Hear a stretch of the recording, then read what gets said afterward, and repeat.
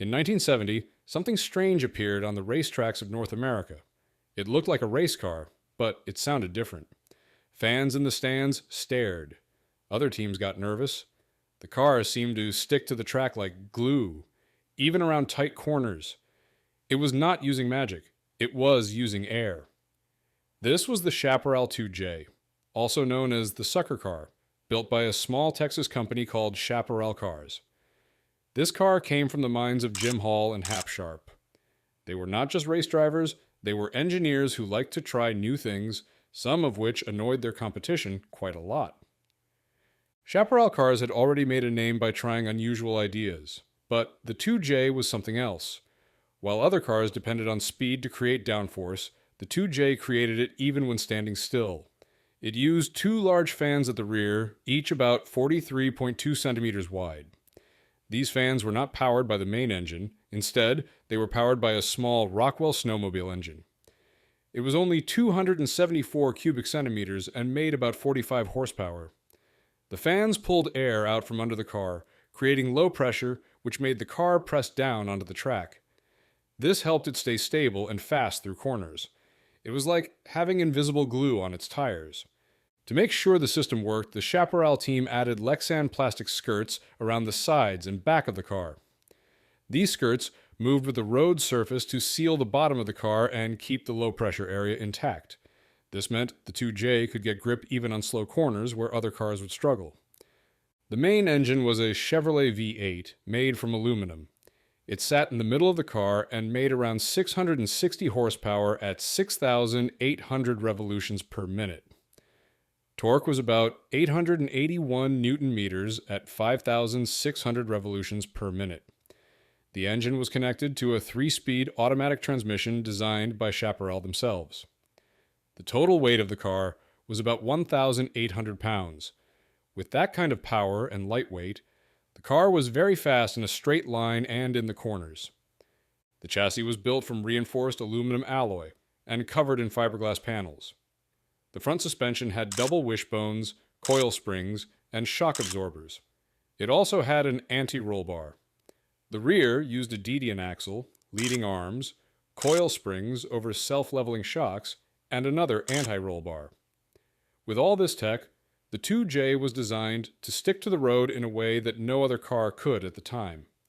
The car measured about 3,683 millimeters long, 1,981 millimeters wide, and only 964 millimeters tall. Its wheelbase was 2,340 millimeters. That made it short, wide, and very low to the ground, like a vacuum cleaner built for speed. The Chaparral 2J entered the Can-Am Racing Series in 1970. It qualified up to 2 seconds faster than other cars, but there were problems. The fan system and the snowmobile engine were not very reliable. The car had to retire from several races. Still, other teams were not happy. Teams like McLaren said the fan system was a movable aerodynamic device, which was against the rules. Some said the fans kicked up rocks and dirt, which could hit other drivers. The Sports Car Club of America, which ran the Can-Am series, agreed. After just one season, the Chaparral 2J was banned. Even though it raced for only 1 year, the Chaparral 2J made people think differently about what race cars could do.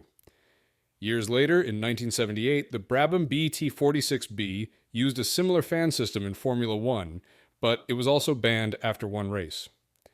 Today, the Chaparral 2J is on display at the Petroleum Museum in Midland, Texas. It did not win many races, but it did win a place in racing history as the car that sucked. Quite literally.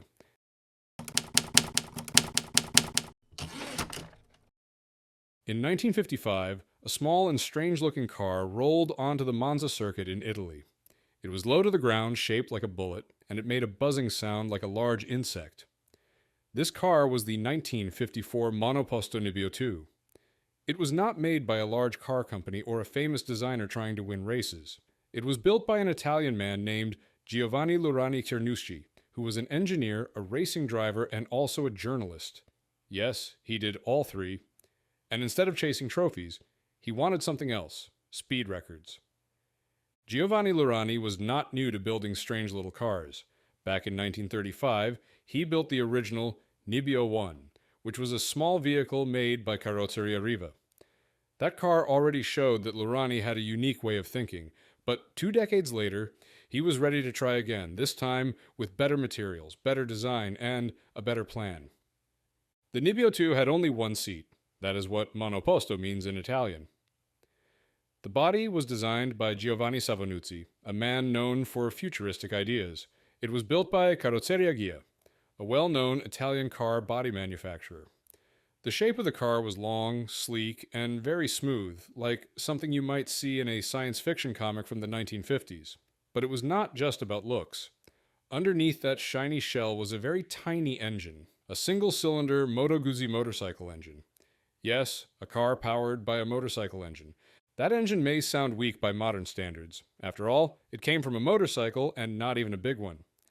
But the Nibbio 2 was not meant to go fast in a straight line like a race car. It was designed to break speed records in the 350 cubic centimeter engine class. To do that, it needed to be light, aerodynamic, and very stable. The car also had independent four-wheel suspension, something unusual at the time for such a small vehicle. The body was carefully crafted to reduce wind resistance, and every part of the car was built with one thing in mind: going faster than any other 350 cubic centimeter car in the world. Between 1956 and 1958, Lurani took the Nibbio 2 to the Monza circuit in Italy. There, along with drivers Piero Campanella and Angelo Poggio, he pushed the car to its limits. They set several international speed records for the 350 cubic centimeter class. These records were not just for top speed, but also for endurance, how long the car could go at high speed without breaking down. The little car with the little engine surprised many people. It proved that with the right design and planning, even a small machine could do big things. Giovanni Lurani was not trying to sell this car. He was not planning to make thousands of them. Only one Nibbio 2 was ever built. It was a passion project, something to test what was possible. Lurani wanted to show that speed did not always have to come from huge engines or fancy race teams. Sometimes it could come from a smart idea, a small team, and a very determined group of people. Today, the Nibbio 2 is not racing anymore. It sits in the Museo Nazionale dell'Automobile in Torino, Italy. Visitors can see the strange little car with the motorcycle engine and learn about the time it broke records. It might not look powerful, and it probably would not win any beauty contest today, but it holds a place in history for doing something very few expected. The story of the Nibbio 2 is not about winning races or making money. It is about one man, a few friends, and a very small car that made a big mark. It reminds us that sometimes the most interesting machines are not the biggest or the fastest. They are the ones with the best stories.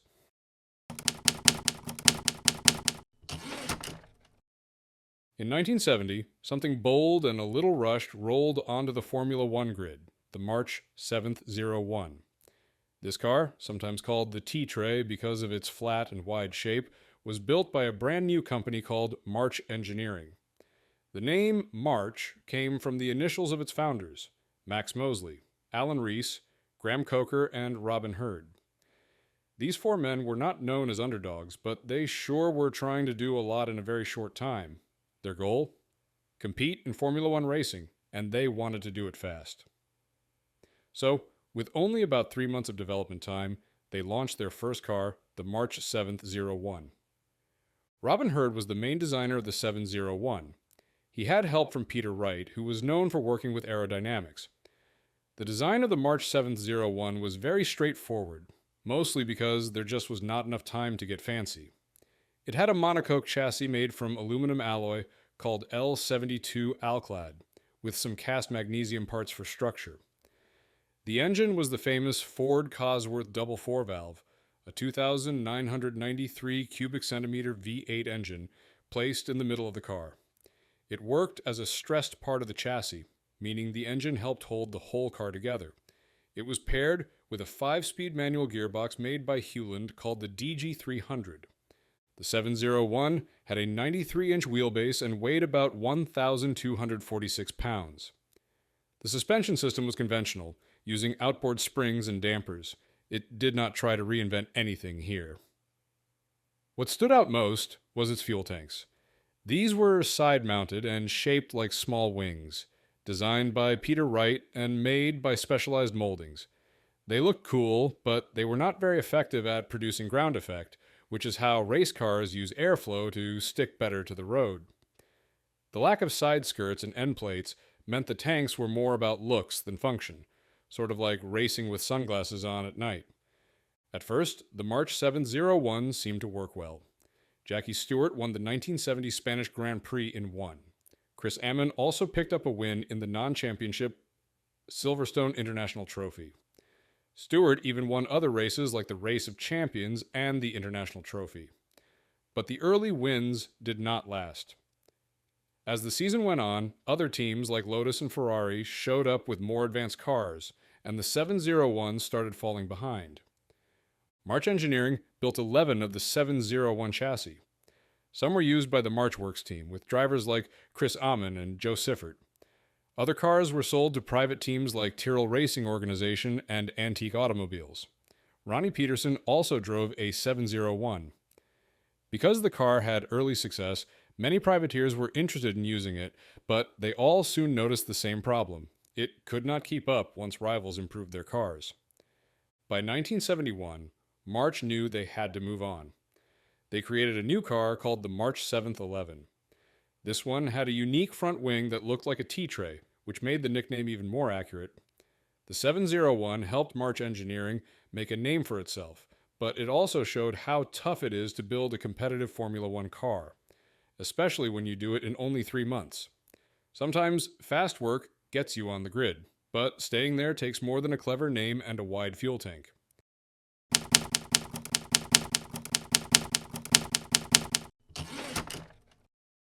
In the world of motorsports, few cars have confused fans, scared officials, and amazed drivers all at once. But back in 1967, a strange-looking, quiet machine rolled into the Indianapolis Motor Speedway. It was called the STP-Paxton Turbocar. Some people nicknamed it Silent Sam because of how quietly it moved compared to the loud race cars around it. It looked different. It sounded different. And what was under its body was even stranger. This car did not use a regular engine, it used a turbine. Yes, like the kind found in helicopters, and that made a lot of people nervous. The idea for this unusual car came from engineer Ken Wallace. He had a dream of putting a gas turbine engine into a race car. He went to a few big names in racing, including Dan Gurney and Carroll Shelby. Both of them said no. But then, Wallace found Andy Granatelli, who worked with the STP company.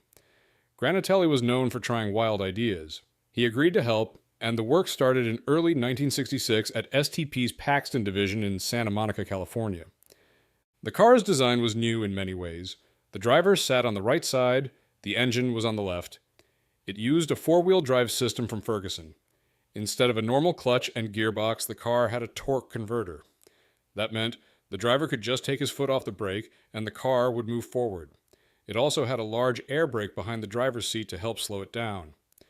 The engine used was a Pratt & Whitney Canada ST6B62 turbine. It made around 410 kilowatts, which is about 550 horsepower. The whole car weighed about 1,750 pounds, which was more than the race minimum of 1,350 pounds, but it was still very fast. For the 1967 Indianapolis 500, driver Parnelli Jones was chosen to drive the turbocar. He had won the race in 1963 and was a tough competitor. At first, he was unsure about the strange car, but he was offered a good paycheck, so he gave it a try. During qualifying, Jones got the car into 6th position with an average speed of 267.3 kilometers per hour. During the race, he was doing great. He led for 171 out of 200 laps. Then, with only 13 kilometers left, something broke. A bearing in the transmission failed. The car slowed down. A.J. Foyt went on to win the race. After the race, officials were not happy. They did not like how fast and different the turbocar was. So the United States Auto Club made a quick rule change. They made the turbine air intake smaller, from 154.8 square centimeters to 103.2 square centimeters. That made the engine less powerful. This rule change happened almost right away, instead of the usual 2-year waiting period. In 1968, the turbocar was brought back with the driver Joe Leonard. But during practice, he crashed the car into the wall. That was the end of its racing days. Later, the car was given to the Smithsonian Institution's National Museum of American History. The STP-Paxton Turbocar never won a race, but it sure made racing history weird for a while. And if nothing else, it proved that putting a helicopter engine in a car is not always such a bad idea until it breaks.